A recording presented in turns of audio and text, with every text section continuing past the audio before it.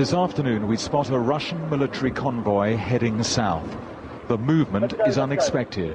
Only yesterday a ceasefire had been announced. This is the main road out of Gori, and coming up it is a Russian column. We think they're moving to a Georgian base, but what they are doing is pushing further into Georgia. The column moves about 5 miles along the Tbilisi road. Although the Russian soldiers were wary, they did not appear aggressive. Some were wearing soft hats. Eventually they turned off the main road. When asked what they were doing, they said, "We just drive, drive, drive."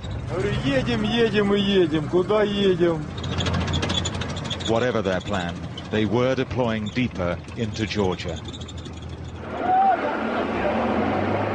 The Russian movement caused panic along the highway.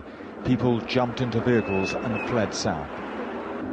There were traffic jams. Even the police were racing to get away from the Russians. It was an indication of just how tense the atmosphere is here. Georgian police raced to put up roadblocks preventing people going towards the town of Gori. There were still Russian tanks on the streets inside the town. This is still a few miles outside of Gori, but the police have closed the road because there are numerous stories of lootings, people taking revenge on each other, and it's extremely dangerous, and it's the local population that seem to be taking the brunt of this.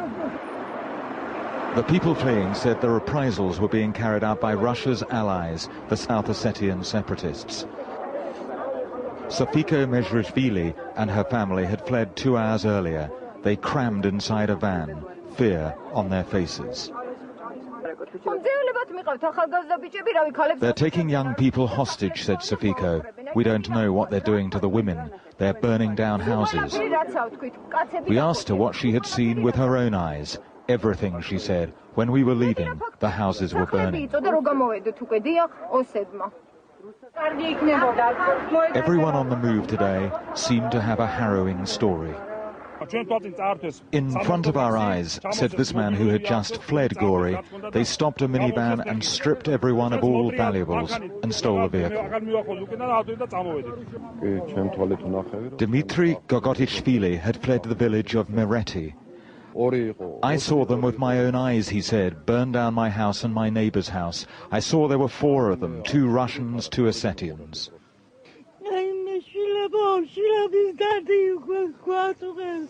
Then there was Lamara Gigashvili with her story. We don't care about ourselves, she said. We're old. But what's become of our children? On both sides in this conflict, there are accusations of atrocities. But there were many distraught people today who wanted to bear witness to the fact that some areas now under Russian control are places of revenge attacks and looting. Terror has followed the ceasefire. Gavin Hewitt, BBC News, Georgia.